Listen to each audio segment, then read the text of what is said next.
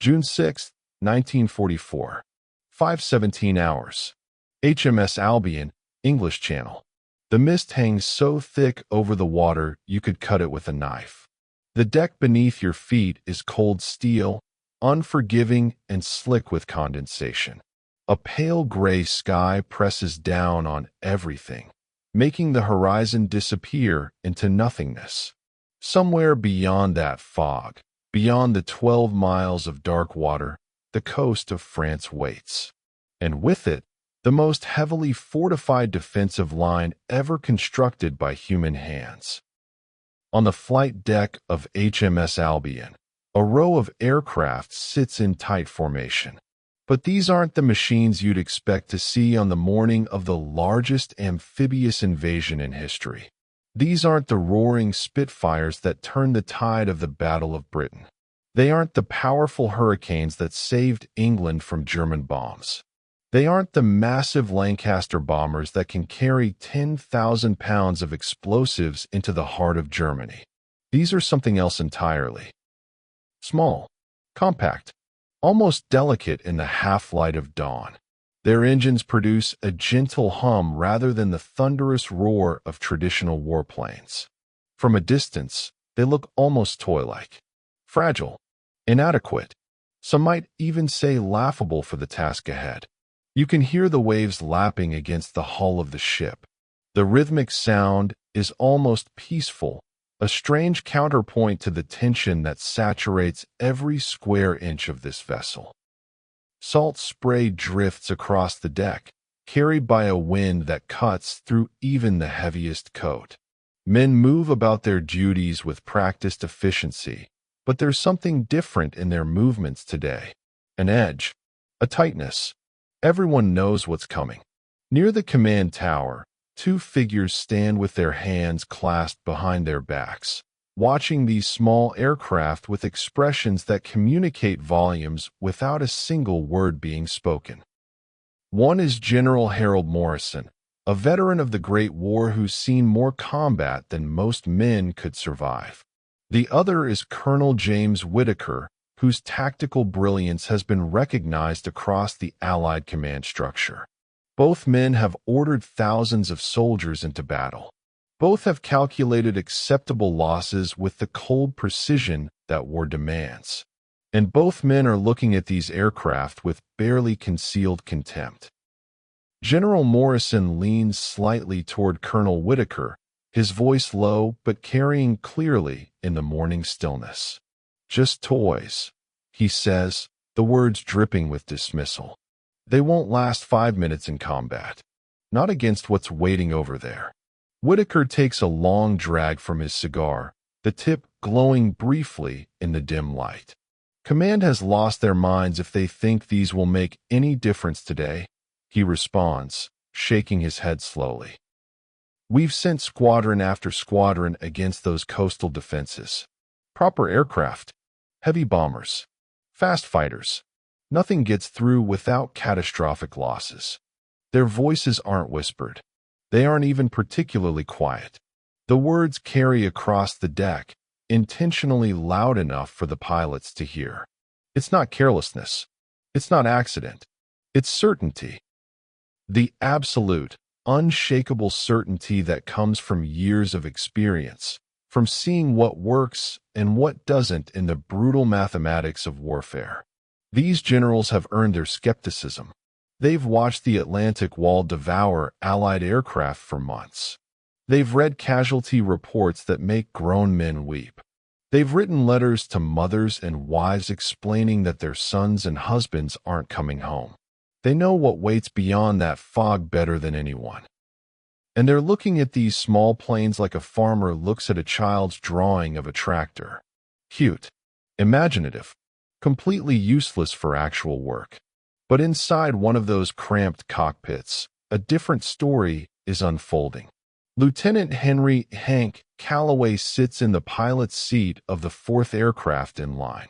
The cockpit is so small his shoulders nearly touch both sides. The instrument panel is sparse, almost primitive compared to the complex arrays in bombers or heavy fighters.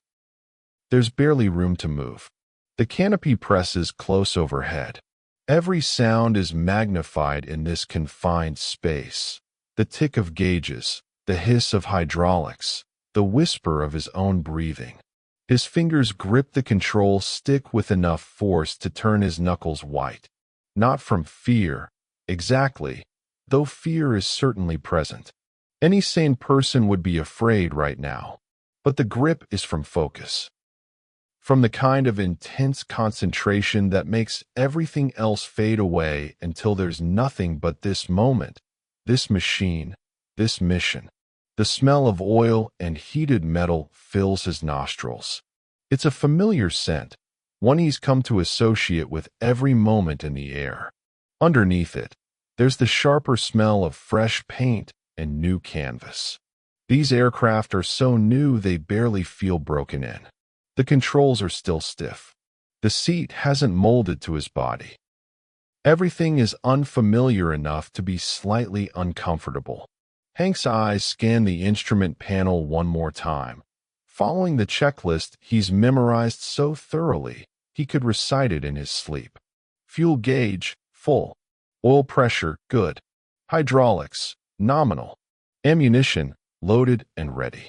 Radio, set to the correct frequency, maintaining silence for now. Altimeter, calibrated to sea level. Compass, aligned. Every gauge, every lever, every switch. All checked and rechecked until he's certain nothing has been missed. In combat, there are no second chances to remember if you armed your weapons or set your fuel mixture correctly. The time for preparation is now, in this quiet moment before everything explodes into chaos. Outside the canopy, he can see the other aircraft in line ahead of him. Dragon 1, 2, and 3, their tail numbers barely visible in the morning gloom. Behind him are Dragon 5, 6, 7, and 8. 8 aircraft in total, 16 wings. 8 pilots who've trained together for 6 months, learning to fly these experimental machines that everyone said would never work. The general's voices drift across the deck again. Hank catches fragments of their conversation. Waste of resources. Should have stuck with proven designs. Going to get those boys killed for nothing. He's heard it all before. In briefing rooms. In hangars. In mess halls where officers gathered to discuss the day's operations. The skepticism isn't new. Neither is the mockery. These planes have been called toys, jokes, death traps, and expensive mistakes. Every conventional military mind in the Allied command structure has looked at them and seen failure. But Hank knows something they don't. He's flown this aircraft through every test they could devise. He's pushed it to its limits and beyond. He's felt how it responds to inputs, how it dances through the air with an agility that makes traditional fighters seem clumsy by comparison. He knows what this machine can do. The question that haunts him isn't whether the aircraft is capable. The question is whether he's capable, whether his training is sufficient, whether his reflexes are fast enough, whether his judgment is sound enough, whether he'll be coming back to this deck in a few hours, or whether his mother will be receiving a telegram that begins with the words every family dreads. We regret to inform you. The signal light mounted on the control tower begins to blink. Red, red, red. The preparatory signal. Engines will start in 60 seconds. Pilots will begin their final checks. The mission will commence. Hank takes a deep breath, forcing his hands to relax their death grip on the controls.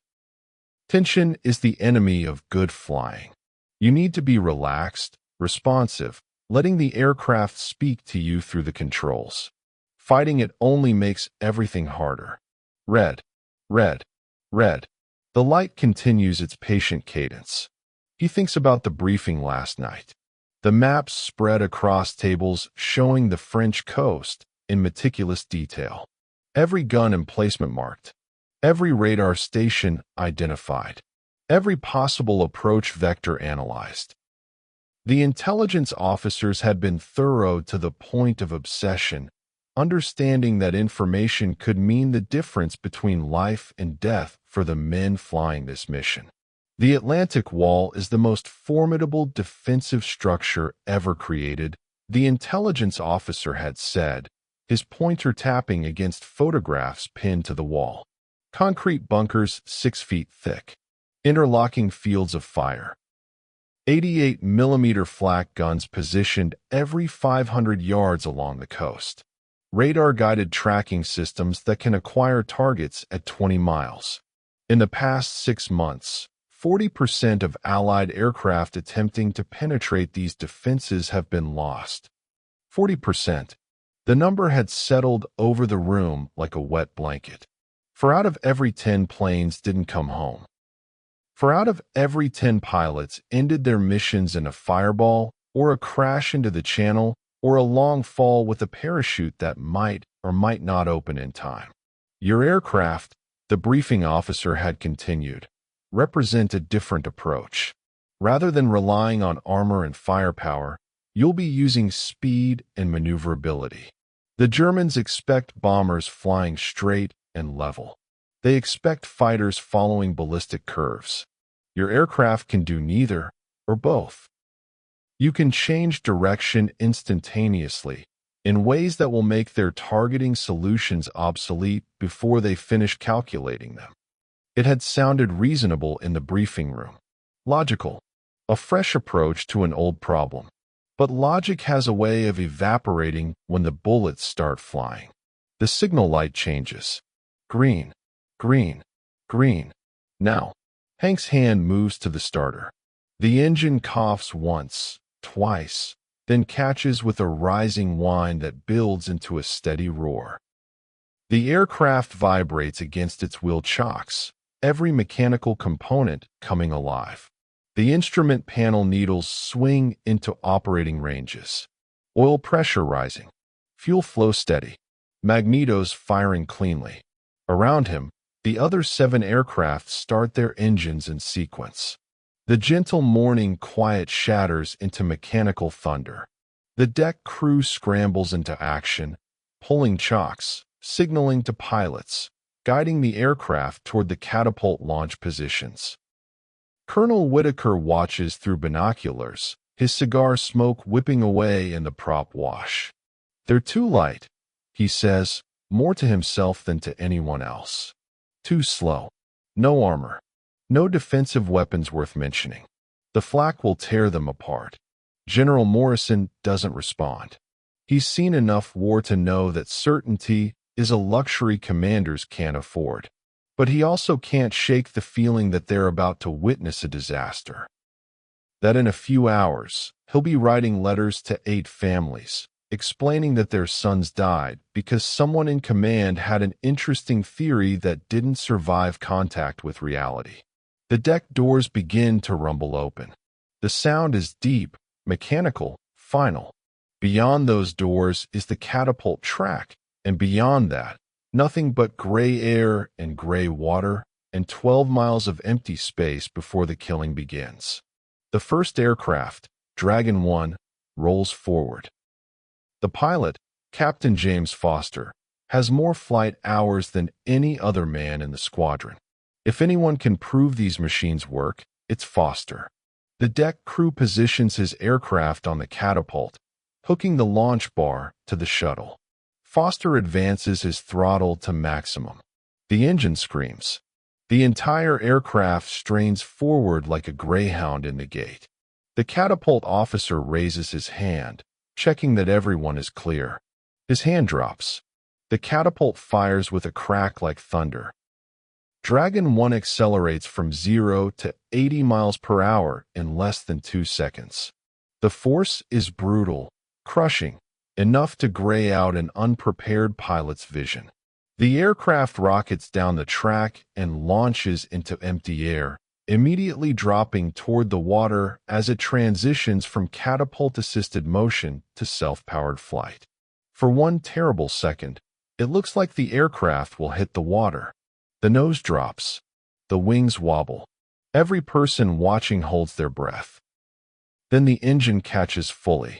The wings stabilize. Dragon 1 begins to climb, disappearing into the mist like a ghost. Alive, flying, defying gravity and skepticism in equal measure. Dragon 2 follows. Then Dragon 3. Each launch is a controlled explosion of force and noise and risk. Each aircraft drops toward the water before recovering. Each one vanishes into the fog. Then it's Hank's turn. The deck crew waves him forward. He releases the brake and taxis slowly toward the catapult position. The aircraft feels different in motion, sensitive, responsive, almost twitchy. Nothing like the heavy bombers he trained on initially. This machine wants to fly. You can feel it in every vibration. The deck crew hooks the launch bar. Hank runs through the final checks one last time. Controls, free and correct. Flaps, set for takeoff. Trim, neutral. Mixture, rich. Throttle, advancing to maximum power. The engine's roar fills the world. The aircraft vibrates so violently it feels like it might shake apart. The catapult officer is visible in Hank's peripheral vision, hand raised, waiting for confirmation that the pilot is ready. Hank nods sharply. Ready. The officer's hand drops. The world explodes into violence. Acceleration slams Hank back into his seat with crushing force. The deck blurs into a gray streak. His vision tunnels. His breathing stops. The aircraft hurtles forward faster than anything he's ever experienced. The deck edge approaches, reaches him, passes beneath. Then nothing. Just air. Just gravity. Just the howling of the engine and the scream of wind over the canopy. The aircraft drops. The gray water rushes up with terrible speed. Every instinct in Hank's body screams to pull back on the stick, to climb, to escape. But training overrides instinct. Wait. Let the airspeed build. Give the wings time to bite into the air. 3 seconds. 4. 5. The controls firm up. The aircraft responds to inputs. Hank pulls back gently, and the nose rises. The water stops rushing toward him. The descent arrests, reverses. He's climbing. Actually climbing. The water recedes. The mist swallows him whole. He's airborne. Alive. The hard part is just beginning. Through breaks in the fog, Hank can see the shadowy shapes of the other aircraft. Dragon Squadron is assembling, each plane finding its position through a combination of practiced coordination and brief glimpses through the clouds. Radio silence is still in effect. The Germans can track radio transmissions, use them to vector fighters or aim flak guns. Hank slots into his assigned position. Dragon 4, right wing, second element. His wingman, Dragon 5, is somewhere nearby in the gray, maintaining formation by feel and occasional visual contact when the mist thins. The squadron climbs through the cloud deck. 1,000 feet. 2,000. 3. The gray begins to lighten. Hints of blue appear above. The cockpit grows slightly brighter as diffused sunlight penetrates the mist. At 4,000 feet, they break through into clear air. The transformation is startling. Below them, the clouds form a vast gray carpet stretching to every horizon. Above, the sky is pale blue and infinite. And ahead, through gaps in the clouds, the coast of France appears as a dark line against the lighter gray of the water. That's where the killing starts. The formation tightens. Each pilot checks their position relative to the others, making minute adjustments to maintain spacing. They're flying in a modified finger four formation, a configuration that allows mutual support while maximizing flexibility. If one pilot gets into trouble, 3 others can help. If the formation needs to split, it can do so instantly without confusion. Captain Foster's voice breaks radio silence for the first time. Dragon leader to flight. Coast in sight. Arm weapons. Maintain formation. Radio discipline from here on. Hank's hand moves to the armament panel. He flips switches in sequence, hearing the mechanical clicks as safety interlocks release. His guns are now live. His bombs are armed. Every weapon system on this aircraft is ready to kill. The French coast grows larger. Details begin to resolve through breaks in the clouds. Beaches, cliffs, the geometric patterns of defensive fortifications. And along those cliffs, small flashes appear. The flak guns opening fire. This is it. The moment of truth. Everything they've trained for. Everything they've been told is impossible. Everything the generals are certain will end in disaster. The first shells explode 1,000 yards ahead of the formation. Black puffs of smoke appear in the clear air, each one marking a point where high explosive rounds have detonated, sending shrapnel in every direction.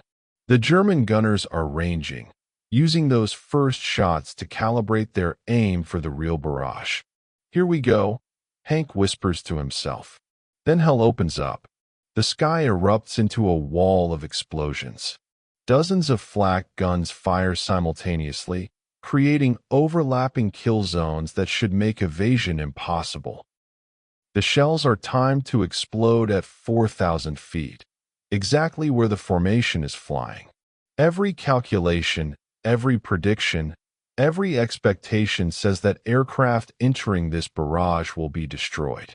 This is where formations break apart, where pilots panic, where carefully planned missions dissolve into chaos as each man tries desperately to save himself.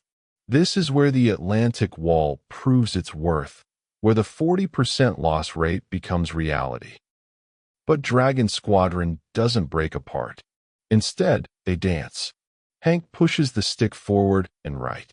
The aircraft responds instantly, not sluggishly like a heavy bomber, not even with the delayed response of a traditional fighter. The response is immediate, as if the aircraft knows what he wants before he finishes the input. The plane drops and banks in one fluid motion. A shell explodes exactly where he would have been. The shock wave buffets his aircraft, but he's already compensating, already moving to his next position. He pulls back hard, climbing at an angle no conventional aircraft could manage. Another explosion behind him, the shrapnel rattling harmlessly off his tail. He banks left, then right, then drops again, creating a three-dimensional path through the flak that's impossible to predict or track. Around him, the other 7 aircraft are doing the same thing. Each pilot flying their own pattern, yet somehow maintaining formation coherence. They're not trying to avoid the flak by going around it. That would be impossible. Instead, they're threading through it, occupying the spaces between explosions, moving in ways that make targeting calculations obsolete before they're completed. It's like watching water flow through rocks. The aircraft find the gaps, slip through openings that seem too small to exist, emerge on the other side without slowing down. On the clifftop below, Feldwebel Klaus Richter watches through his binoculars with an expression approaching religious horror. He's been manning this gun position for 8 months. He's tracked thousands of Allied aircraft through these same skies. He knows what should be happening right now. This isn't it. Einstellen. Einstellen, he shouts. Adjust. Adjust. But his gun crews are already trying. They're cranking their aim wheels, adjusting elevation and deflection, trying to lead these targets. But the targets aren't where the mathematics says they should be. They're somewhere else. Always somewhere else. One of the younger soldiers stares at the sky with wide eyes. Herr Feldwebel, what kind of aircraft are those? Richter doesn't have an answer. In 8 months of watching Allied aircraft attempt to penetrate these defenses, he's never seen anything move like that. Bombers fly straight and level. They have to for accurate bombing. Fighters follow ballistic trajectories. Physics demands it. Even the most skilled pilot can't violate the laws of motion. But these aircraft are doing exactly that. Fewer Einstellen. Richter finally shouts. Ceasefire. His crews look at him in confusion, but they obey. The guns fall silent. "Sir, they're still in range," his second-in-command protests. "We're wasting ammunition," Richter says quietly, his binoculars still tracking the small aircraft as they pass overhead. They're through. And they are. Dragon Squadron emerges from the defensive zone with all 8 aircraft intact. Not just surviving, thriving. The formation is still tight, still coordinated, still heading inland, as if flying through the most heavily defended airspace in Europe was a routine training exercise. On HMS Albion, the radio operator suddenly jerks upright in his chair. He presses one hand against his headset, listening intently, his face going pale. General Morrison and Colonel Whitaker are across the room, studying maps, but something in the radio operator's posture makes them turn. "Sir." The radio operator's voice cracks slightly. "Message from Dragon Leader." "Well," Morrison snaps. "What does it say?" The operator swallows hard. Dragon Leader reports. "All aircraft through coastal defenses. 0 losses. Proceeding to primary targets." The silence that follows is absolute. Morrison's cigar, which had been slowly burning down in his hand, suddenly seems forgotten. Whitaker's eyes go wide behind his glasses. "Repeat that," Morrison says slowly, as if doubting his own hearing. "All aircraft through coastal defenses, sir. 0 losses." "That's..." Whitaker starts, then stops. "That's impossible." But the radio doesn't lie. Neither do the reports that begin flowing in over the next few minutes from German positions, intercepted and decoded by Allied intelligence. Reports of attacks by small aircraft. Reports of supply depots burning. Reports of communication lines cut.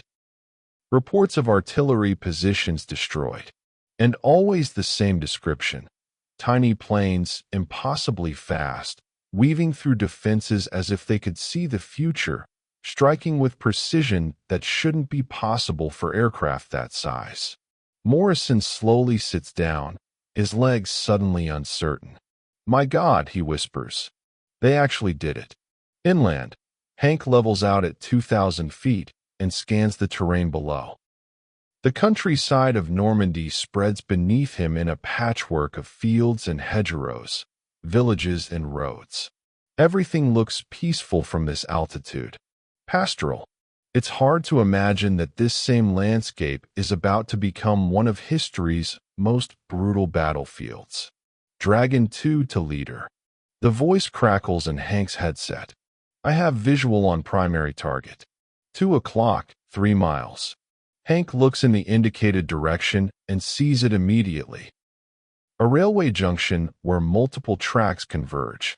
Intelligence photos had shown supply trains using this junction to move ammunition and reinforcements to the coastal defenses. Destroying it would disrupt German logistics for days, maybe weeks. Confirmed, Dragon 2. Foster's voice responds. "All aircraft, prepare for attack run. Check weapons armed. Single pass, multiple angles. Make every shot count." The formation splits. Not a panicked scatter, but a choreographed dispersal that's been practiced dozens of times. Each aircraft takes its assigned attack vector, approaching the target from a different direction, making it impossible for defenders to concentrate their fire. Hank pushes the stick forward, initiating his attack dive. The ground rushes up with alarming speed. His airspeed indicator climbs rapidly, 200 miles per hour, 250, 280. The target grows in his windscreen, resolving into individual details. He can see the locomotive on the main track now, cars being loaded with artillery shells. Soldiers work in organized teams, efficient and unaware that death is screaming toward them at 300 miles per hour, 500 feet above ground. 400, 300. His thumb hovers over the firing button. The target fills his gun sight. Wind buffets the aircraft as he descends through disturbed air near the ground. He compensates automatically, adjusting aileron and rudder, keeping the targeting reticle steady on the locomotive's boiler. 200 feet. Now, his thumb mashes the button. The guns roar, for 50 caliber machine guns firing simultaneously. The aircraft shudders from the recoil. Bright tracer rounds stream toward the target in luminous lines that seem to curve through the air. Impact. He sees sparks fly from the locomotive's boiler. Sees metal tear. Sees soldiers diving for cover. Sees artillery shells tumbling from loading carts. Then he's past, hauling back hard on the stick, climbing away from the ground with G-forces that press him deep into his seat and gray his vision at the edges. Behind him, a massive explosion tears through the railway junction. The locomotive's boiler has ruptured catastrophically, superheated steam and shrapnel tearing through the supply cars. Secondary explosions follow as ammunition cooks off in the heat. The entire junction disappears behind a wall of smoke and fire. Dragon 4, direct hit. Hank reports, his voice steadier than he feels. Target destroyed. Dragon 2, confirming secondary explosions. That junction won't be moving supplies for months. Dragon 3, I have visual on enemy reinforcements. Convoy of trucks on the coastal road. Engaging. The radio fills with terse, professional communications. Each pilot reporting targets. Engaging, confirming destruction. The mission is proceeding exactly as briefed. Better than briefed. Every attack is succeeding. Every target is being destroyed. Hank climbs back to altitude, his head on a swivel, scanning for threats. Enemy fighters could appear at any moment. German radar stations are surely tracking them, vectoring whatever aircraft are available to intercept. But the sky remains clear. The Luftwaffe has its own catastrophe to deal with today. Thousands of Allied ships crossing the Channel, paratroopers dropping behind German lines, the entire invasion fleet demanding their attention. Dragon Squadron has the sky to themselves, and they're making the most of it. Below, chaos spreads through the German defensive network like a virus. In concrete bunkers and field headquarters, commanders scramble to make sense of reports flooding in from every sector. Railway junction destroyed. Fuel depot burning. Communications hub offline. Artillery positions silent. Supply convoy scattered. Every report includes the same description. Small aircraft, incredibly fast, appearing without warning, striking with devastating precision, disappearing before any response can be organized. In his command bunker, 3 miles inland, Oberst Friedrich Hartmann stares at the situation map on his wall. Red pins mark each reported attack. There are too many pins. Far too many for the formation size his observers reported. How many aircraft are we tracking? He demands, his voice sharp with frustration. His aide consults the reports, his face troubled. Estimates vary widely, Herr Oberst. Some observers report 6 aircraft. Others say 20. Some say 50. They're moving too fast for accurate counts. 6 to 20 to 50? Hartmann's voice rises. That's not a variance in reporting. That's incompetence. Give me accurate numbers. Sir, the observers are doing their best. These aircraft don't behave like anything we've encountered. They appear, strike, and vanish. By the time our spotters confirm a count, they're already attacking a different sector. Hartmann's jaw muscles work as he grinds his teeth. He fought through Poland, France, and Russia. He's seen every type of Allied aircraft. Slow bombers, fast fighters, heavy attackers. Nothing behaves like what his men are describing. Get Luftwaffe command on the line, he orders. Tell them we need fighter support immediately. I don't care what else they're dealing with. These aircraft are tearing our supply network apart faster than we can respond. And if we don't stop them soon, the entire defensive plan collapses. The aide salutes and hurries to the communications room. But Hartmann knows the call won't help. The Luftwaffe is stretched beyond breaking today. Every available aircraft is already committed to stopping the invasion fleet. There are no reserves, no reinforcements, no help coming. The small Allied aircraft have the skies over Normandy entirely to themselves, and they're using that freedom to methodically dismantle everything the Germans have built. The morning wears on. Dragon Squadron hits target after target with mechanical efficiency. A fuel depot erupts in flames so intense the smoke column is visible from 20 miles away. A communications hub collapses under precisely placed bombs, cutting telephone lines that connect coastal defenses to inland command posts. A convoy of trucks carrying fresh troops to reinforce the beaches is scattered across 3 miles of road, vehicles burning, soldiers taking cover in ditches. Each attack follows the same pattern. Approach from multiple directions simultaneously. Strike while the defenders are confused about which threat to engage first. Withdraw before any organized response can develop. The tactics work perfectly. The aircraft work perfectly. The pilots execute with a precision that comes from months of intensive training and mutual trust. But perfection extracts a price that doesn't show up in after-action reports. Hank's arms ache from hours of constant flying, constantly gripping the stick, constantly making minute adjustments. His eyes burn from scanning for threats, from the glare of sunlight on the canopy, from the concentration required to maintain situational awareness in three-dimensional combat. His mouth is desert dry despite the water bottle clipped to his cockpit wall. His bladder is uncomfortably full, but there's no relief available at 4,000 feet. This is combat exhaustion. That dangerous state where reflexes slow, where judgment falters, where a pilot can make the mistake that kills him. The adrenaline that sustained him through the first missions is fading, leaving behind a crushing fatigue that makes even simple tasks feel difficult. Dragon leader to all aircraft. Foster's voice cuts through Hank's fog of exhaustion. Fuel status check. Hank glances at his fuel gauge. The needle has dropped into the red zone. He's been in the air for over 3 hours, burning fuel at combat rates, pushing the engine hard through repeated attack runs. The tank is nearly empty.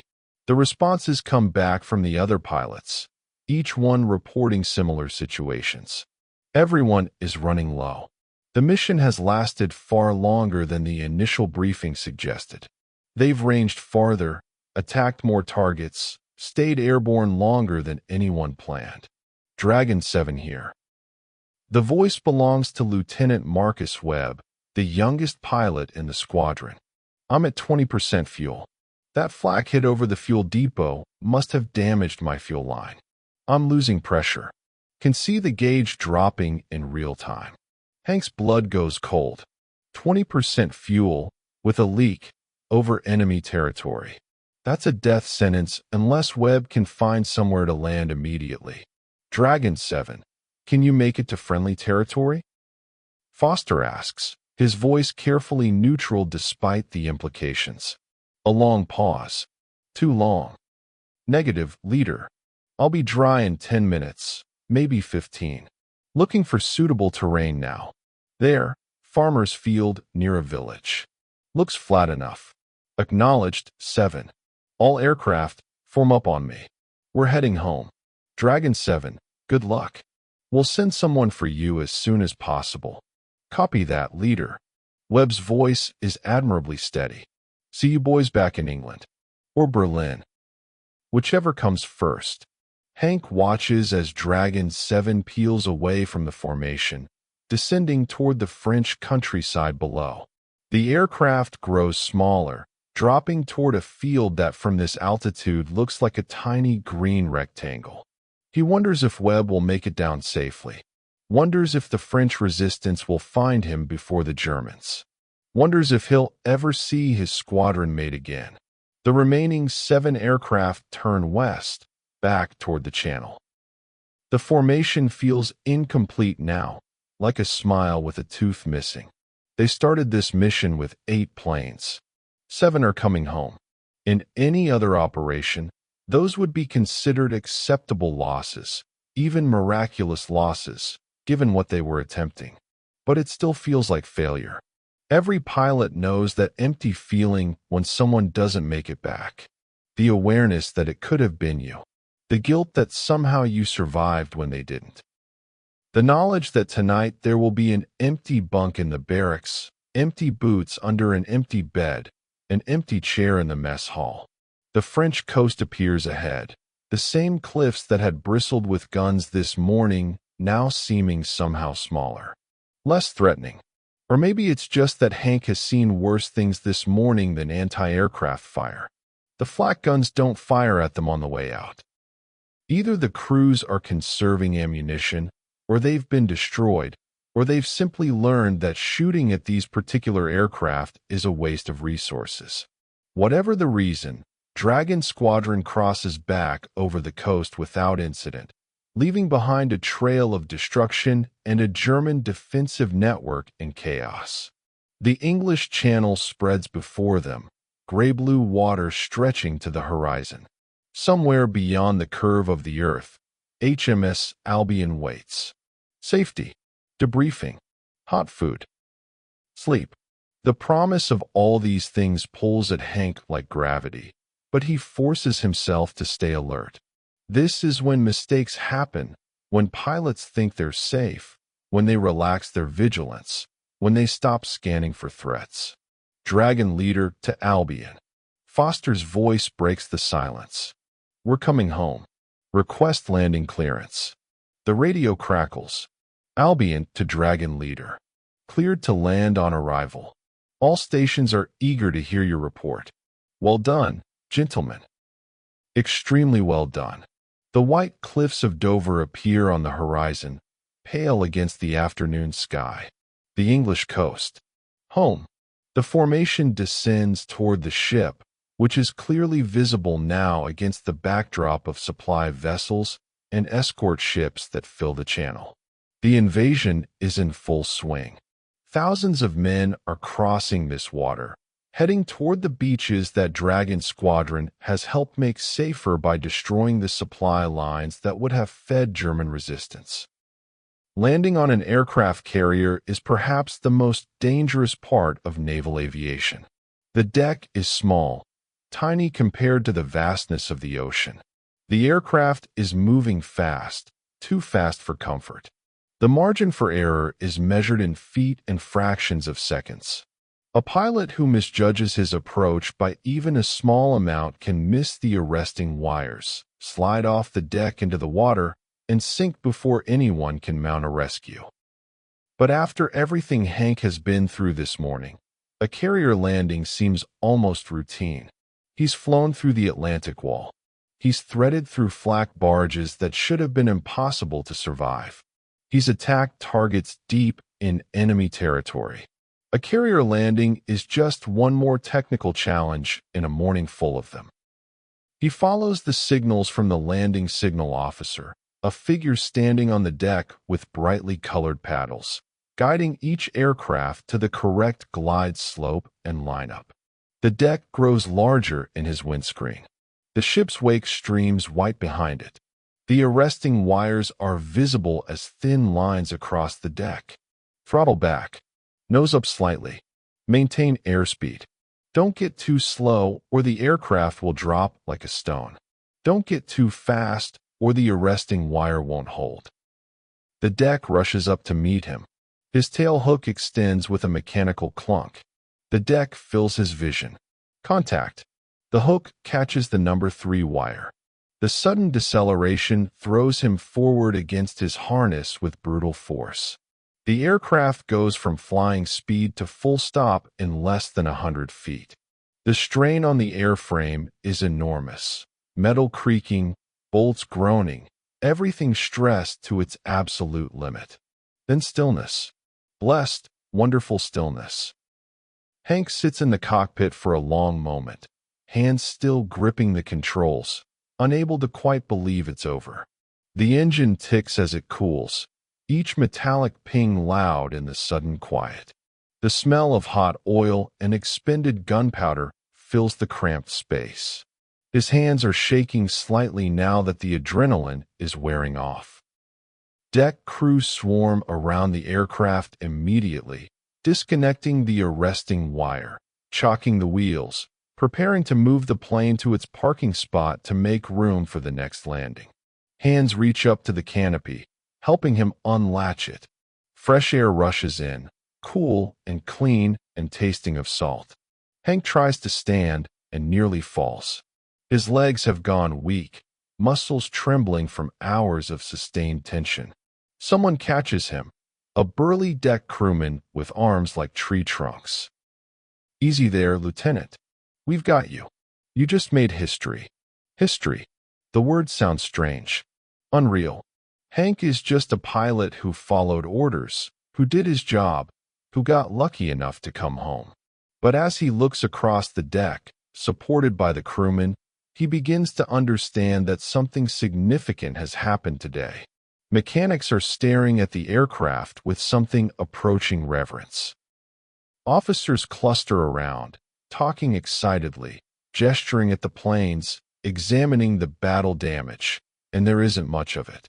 A few shrapnel holes here and there, some scorched paint from near misses, but nothing serious. Nothing that suggests these aircraft just flew through the most heavily defended airspace in Europe. And standing near the command tower, watching everything with unreadable expressions, are General Morrison and Colonel Whitaker, the generals who called these planes toys, who predicted they'd last 5 minutes, who were certain this mission would end in disaster. Morrison begins walking toward Hank, his pace deliberate and slow. His face is difficult to read, not angry, not exactly pleased, but something else. Something like humility, which is an expression Hank has never seen on a general's face before. Morrison stops in front of him and extends his hand. "Lieutenant Calloway, I owe you an apology. I owe all of you an apology." Hank shakes his hand, still too exhausted to think of an appropriate response. His mind feels fuzzy, thoughts moving through molasses. Morrison's voice carries across the deck, loud enough for everyone to hear. "We were wrong. Not just wrong, blind. We saw what we expected to see instead of what was actually there. We looked at these aircraft and saw their size, their unconventional design, their difference from everything we knew worked. And we dismissed them. We mocked them. We very nearly prevented this mission from happening at all." He turns to look at the aircraft being chained down, mechanics already beginning post-flight inspections. These machines just changed warfare. They demonstrated that everything we thought we knew about air combat might be wrong, that the future might look nothing like. Morrison looks back at Hank, and there's something raw in his eyes. Vulnerability. The awareness that certainty can be a trap. "What else are we missing, Lieutenant? What other innovations are we dismissing right now because they don't fit our expectations? What other solutions are we ignoring because they don't look like what worked before?" Hank doesn't have an answer. He's too tired to engage with philosophical questions about the nature of innovation and the blindness of expertise. But he can see that the question matters. That Morrison is genuinely grappling with something fundamental about how military decisions are made, how assumptions become dogma, how yesterday's wisdom becomes tomorrow's obstacle. The other 6 aircraft land in sequence over the next 20 minutes. Each landing is perfect. Each pilot climbs out exhausted but alive. The deck fills with the controlled chaos of post-mission procedures. Aircraft being secured, weapons being made safe, damage being assessed, reports being compiled. But underneath the routine activity, there's an electric current of realization. Something significant has happened today. something that will be studied and analyzed and debated for years to come. These tiny aircraft that everyone dismissed as toys have just rewritten the rules of aerial warfare. As the sun dips lower in the sky, casting long shadows across the deck, Hank finally makes his way below deck toward the debriefing room. Every step requires conscious effort. His legs feel like they belong to someone else. His mind is foggy with exhaustion, thoughts fragmenting before they fully form. The debriefing room is packed with officers, all of them wanting to hear first-hand accounts of the mission. Intelligence officers with notebooks, tactical analysts with questions, engineering officers wanting to know how the aircraft performed. Even a few reporters, though they're being kept at a distance by military police. The mission details are still classified, still too sensitive to be released to the public. Captain Foster stands at the front of the room, using a map to trace their flight path, marking each target they struck. His voice is hoarse from hours in the cockpit, but his report is crisp and professional. Target locations, approach vectors, weapons employed, results observed. The clinical language of military debriefing, stripping emotion from events that were terrifying and exhilarating and deadly. The coastal defense penetration was successful with 0 losses, Foster is saying. The aircraft performed exactly as designed. Superior maneuverability allowed us to evade flak that would have destroyed conventional formations. Once inland, we engaged 8 primary targets and numerous targets of opportunity. All primary targets were destroyed or heavily damaged. Enemy response was minimal and ineffective. An intelligence officer raises his hand. Captain, can you describe the enemy anti-aircraft fire? How did it compare to previous missions? Foster considers the question. The volume of fire was consistent with intelligence estimates, heavy and accurate, but the targeting solutions were based on conventional aircraft behavior. Our ability to change direction unpredictably rendered their calculations useless. It was like they were aiming at ghosts. By the time they adjusted their aim, we were somewhere else. And enemy fighter response. None observed. The Luftwaffe appears to be fully committed to the main invasion fleet. We had complete air superiority over our operational area. The questions continue for over an hour. Every aspect of the mission is examined, analyzed, documented. What worked? What didn't? What could be improved? What tactics should be adopted for future missions? The military machine processing information, turning experience into doctrine, transforming a successful experiment into standard procedure. Finally, the debriefing concludes. The officers file out, already planning tomorrow's missions, adjusting strategies based on today's lessons. The reporters are escorted away, frustrated at their inability to access the pilots directly. The room gradually empties until only the 8 pilots remain, 7 present, 1 absent. They sit in silence for a moment, each lost in their own thoughts. The empty chair where Marcus Webb would have sat seems to dominate the room. He'll be all right, someone finally says. The resistance is strong in that area. They'll get him out.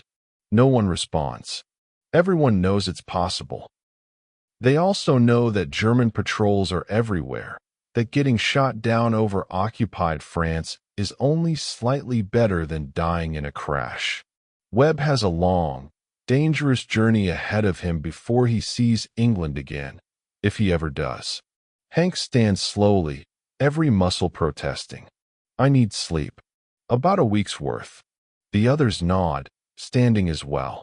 They file out of the debriefing room and head toward their quarters. The ship is bustling with activity. The invasion is ongoing. Supply runs are being organized. Wounded are being brought back from the beaches. But the pilots move through it all like ghosts, too exhausted to engage with the chaos around them. Hank's bunk feels like the most comfortable surface he's ever touched. He collapses onto it fully clothed, not even bothering to remove his flight suit. Sleep claims him immediately, pulling him down into darkness so complete it feels like death. He dreams of flying, of shells exploding around him, of the railway junction erupting in flames, of Marcus Webb's aircraft growing smaller as it descends toward an uncertain fate. The dreams blend together into a surreal montage of the day's events, replaying and distorting and transforming until he can't distinguish memory from imagination. When he wakes, it's dark outside. The ship's clock shows 2200 hours, 10 at night.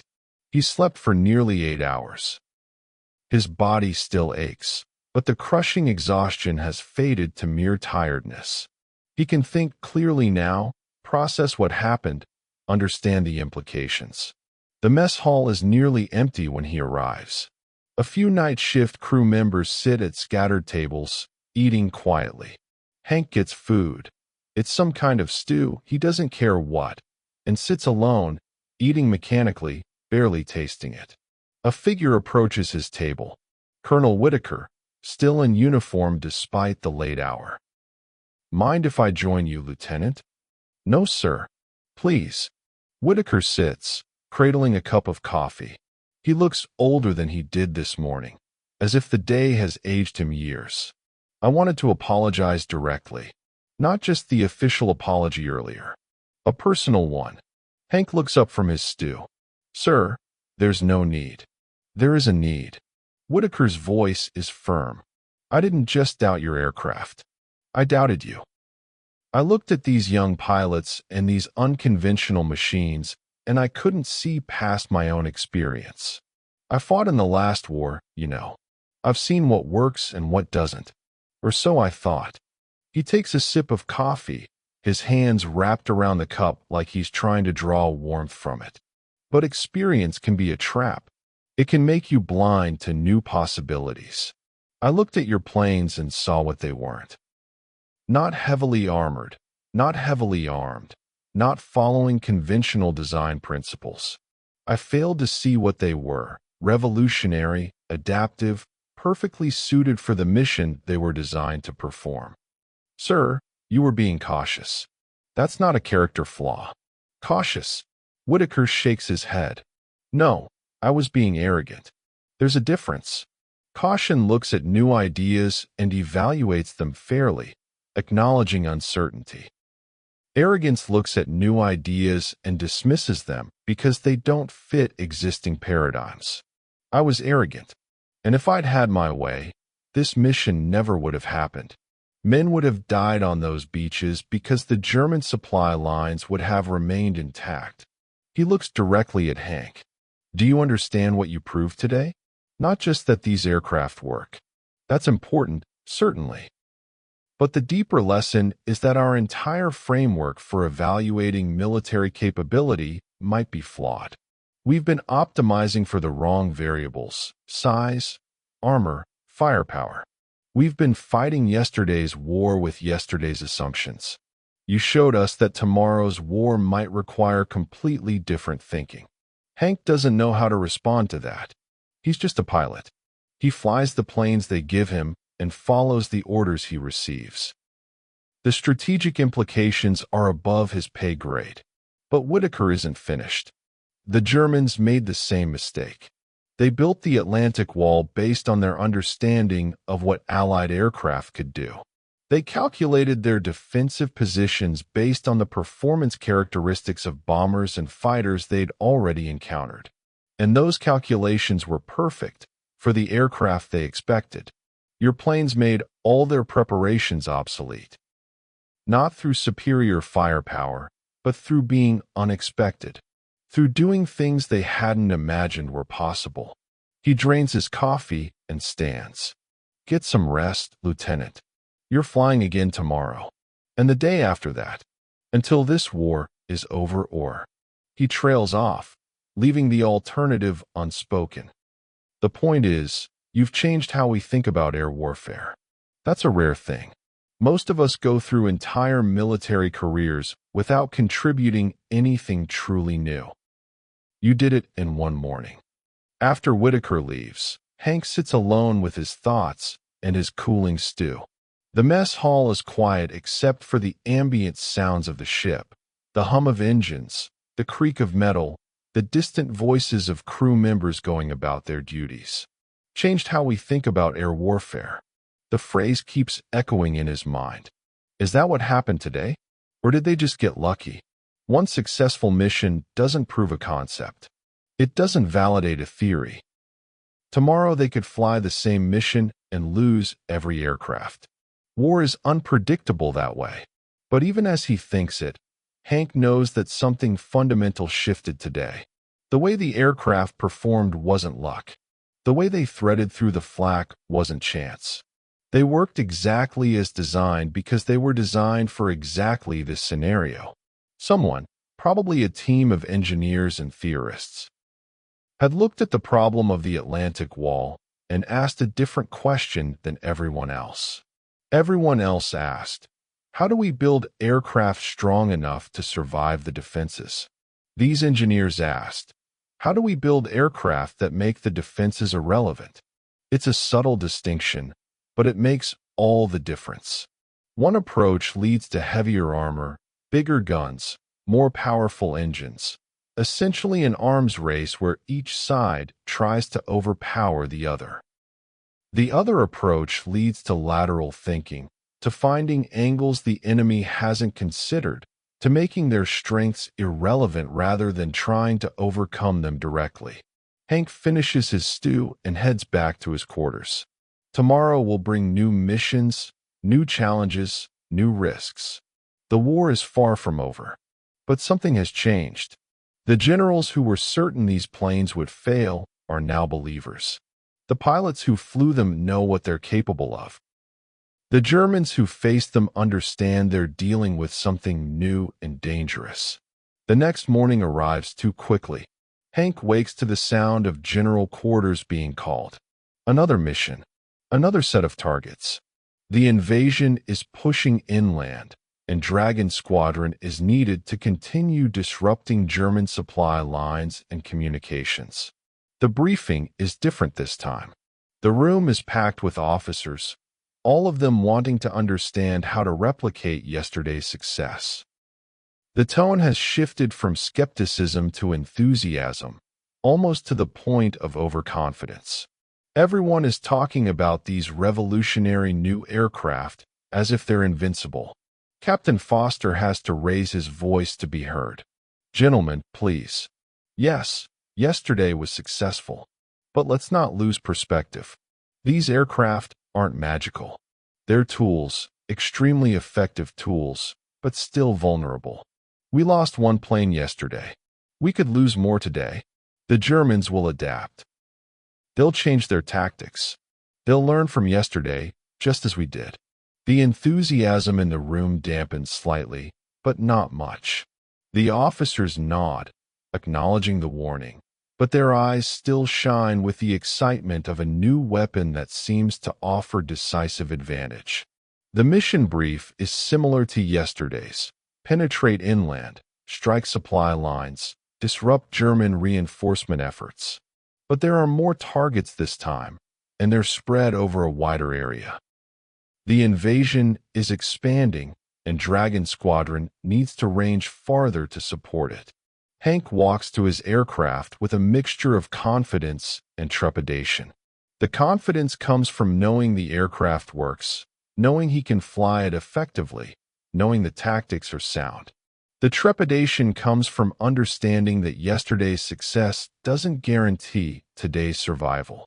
Every mission is a new roll of the dice. The flight deck is organized chaos as aircraft are prepared for launch. Dragon 7's spot is empty.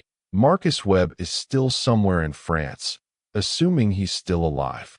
A replacement pilot has been assigned, a young lieutenant fresh from training who looks nervous and excited in equal measure. The engines roar to life. The catapult sequence begins. One by one, the aircraft launch into the morning sky.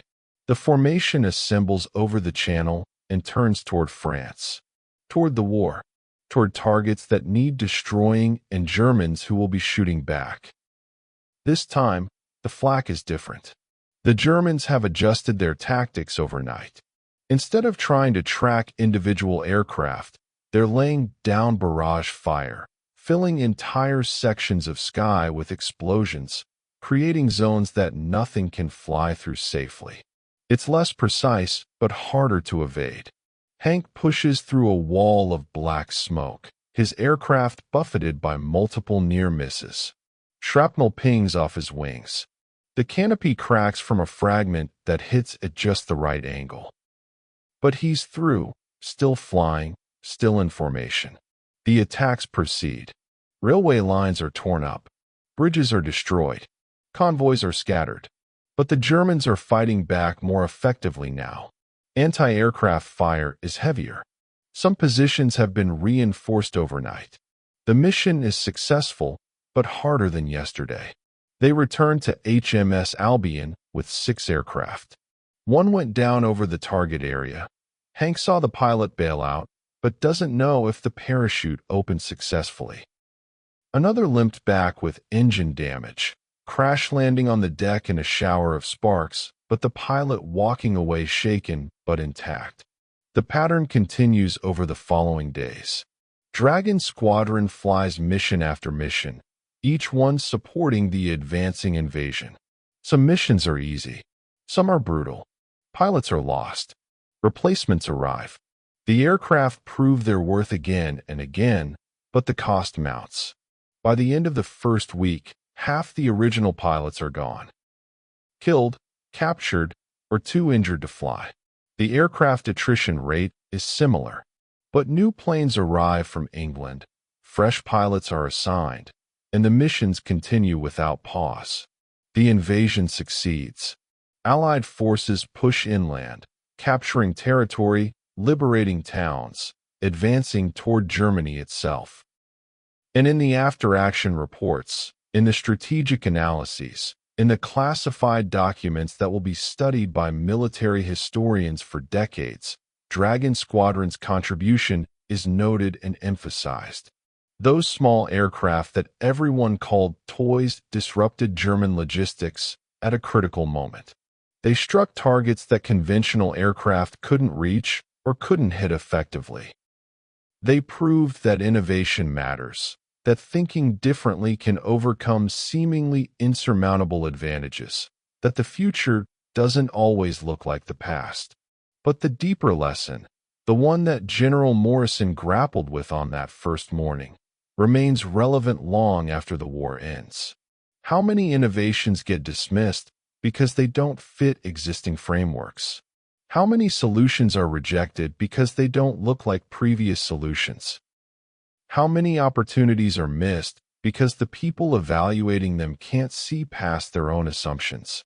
The toy planes of Normandy prove that sometimes the smallest, most underestimated force can change everything. They prove that maneuverability can trump armor, that agility can defeat firepower, that unconventional approaches can succeed where conventional ones fail.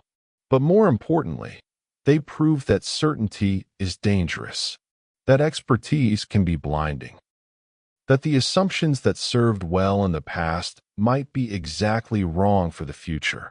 Years later, after the war ended, after the victory parades and medals ceremonies and memorial services, Hank Callaway would be asked to speak at military academies about his experiences. He would tell the story of that first morning, of launching into the fog, of threading through the flak, of proving the skeptics wrong. But he always ended his talks with a question.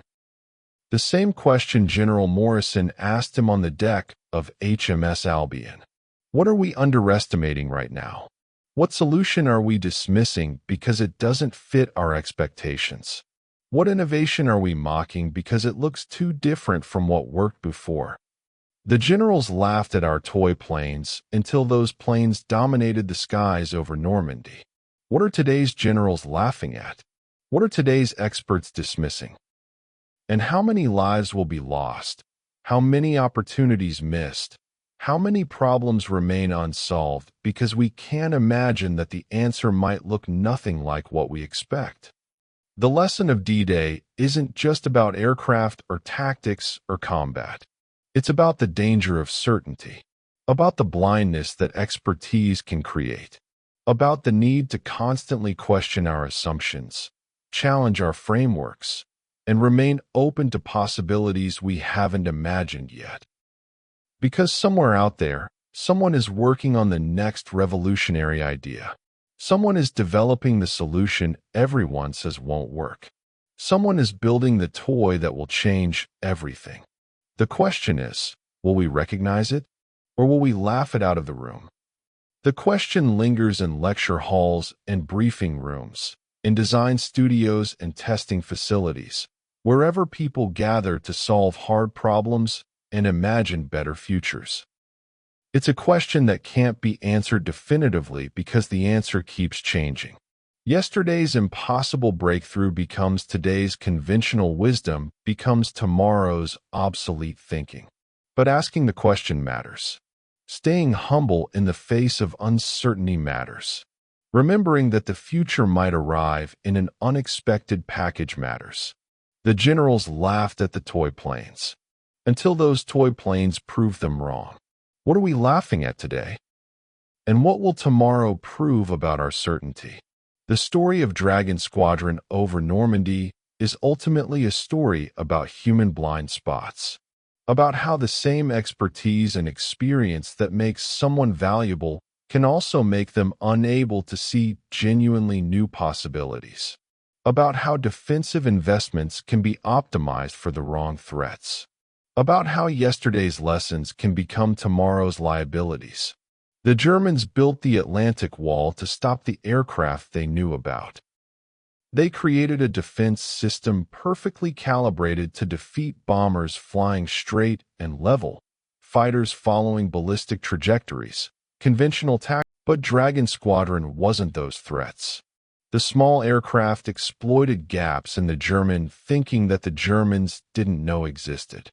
Not because the Germans were stupid or incompetent, but because they optimized for the threats they understood. They solved the problem they could see. They just didn't realize there was a different problem lurking beneath the surface. This pattern repeats throughout history.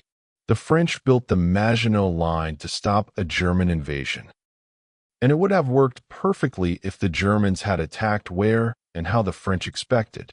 The battleship admirals invested in bigger and better battleships, which became targets for aircraft carriers that made battleship supremacy irrelevant. The music industry built a business model around physical media, which worked perfectly until digital distribution made the entire framework obsolete. In each case, smart people made reasonable decisions based on their understanding of the situation. In each case, the unexpected didn't come from someone being smarter, but from someone asking a different question. The engineers who designed Dragon Squadron's aircraft didn't ask, "How do we make planes survive the Atlantic Wall?" They asked, "How do we make the Atlantic Wall irrelevant?" That small shift in framing opened up entirely different solution spaces. This is the ultimate lesson of the toy planes over Normandy. Not that small is better than big, or that agility beats armor, or any other tactical conclusion. The real lesson is strategic and philosophical. Question your questions. The way you frame a problem determines what solutions you can imagine. Change the frame, and suddenly impossible problems become solvable. The generals who laughed at those planes weren't bad at their jobs. They were doing exactly what military leaders are supposed to do. Applying lessons learned from experience, making decisions based on proven principles, avoiding expensive mistakes by sticking to what works. Their error wasn't in being wrong about specific facts. Their error was in being too certain that the future would look like the past. And certainty, absolute, unshakable certainty, is perhaps the most dangerous quality a decision-maker can possess. Because certainty closes off exploration. It prevents experimentation. It turns every new idea into a threat to be dismissed rather than a possibility to be evaluated. The toy planes succeeded because someone was uncertain enough to try them. Someone looked at the conventional wisdom and thought, maybe, but what if there's another way? Someone was willing to invest resources in an approach that the experts said wouldn't work. And they were right to be uncertain, because the experts were wrong, not wrong about what they knew. The generals were correct that conventional aircraft couldn't penetrate the Atlantic Wall effectively. Their analysis of firepower, armor, and defensive capabilities was sound. Their calculations were accurate. But they were wrong about what was possible. They were wrong to assume that their framework was complete, that their understanding was comprehensive, that their experience had taught them everything relevant. This is the trap that expertise creates. The more you know about how things work, the harder it becomes to imagine them working differently.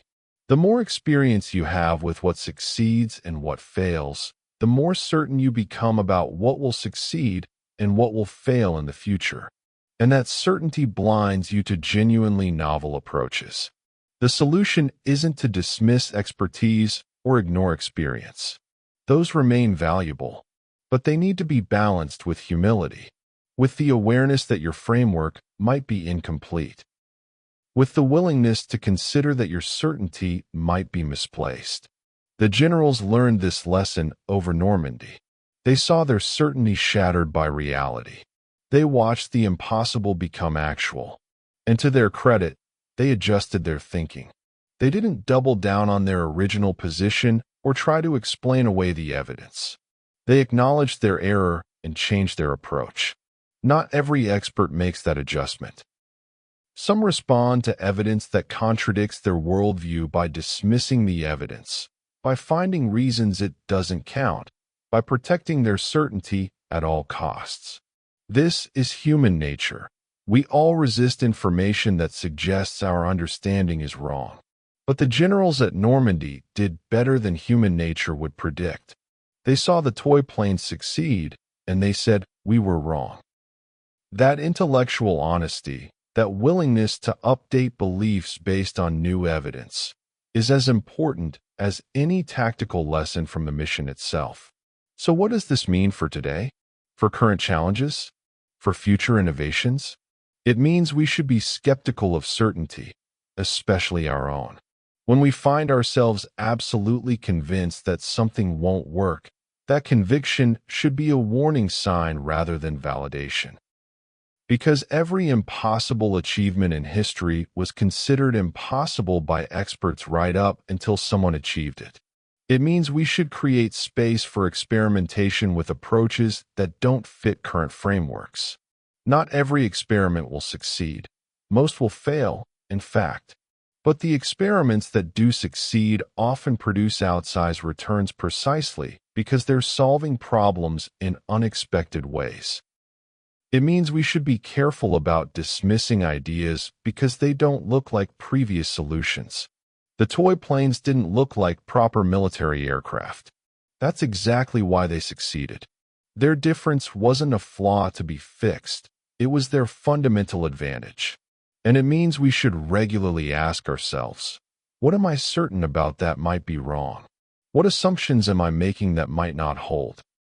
What possibilities am I not even considering because they fall outside my framework? These aren't comfortable questions. It's easier to be certain. It's more efficient to apply proven principles rather than constantly questioning them. But easy and efficient aren't the same as correct. The generals who laughed at the toy planes learned this the hard way. They learned that certainty is expensive, that assumptions carry costs, that the price of being wrong about what's possible can be measured in lives lost and battles not won. We can learn the same lesson more cheaply by remembering their story, by staying humble about our frameworks, by remaining open to possibilities we haven't imagined, by treating our certainty with suspicion rather than pride. Because somewhere out there, someone is working on the next revolutionary idea. Someone is building the next toy that will change everything. Someone is asking the question that will make our current frameworks obsolete. The only question is whether we'll recognize it when we see it, or whether we'll laugh it out of the room, certain in our expertise, blind to our blindness, until reality proves us wrong. The toy planes dominated the skies over Normandy because generals laughed at them, because experts dismissed them, because conventional wisdom said they couldn't work. What are we laughing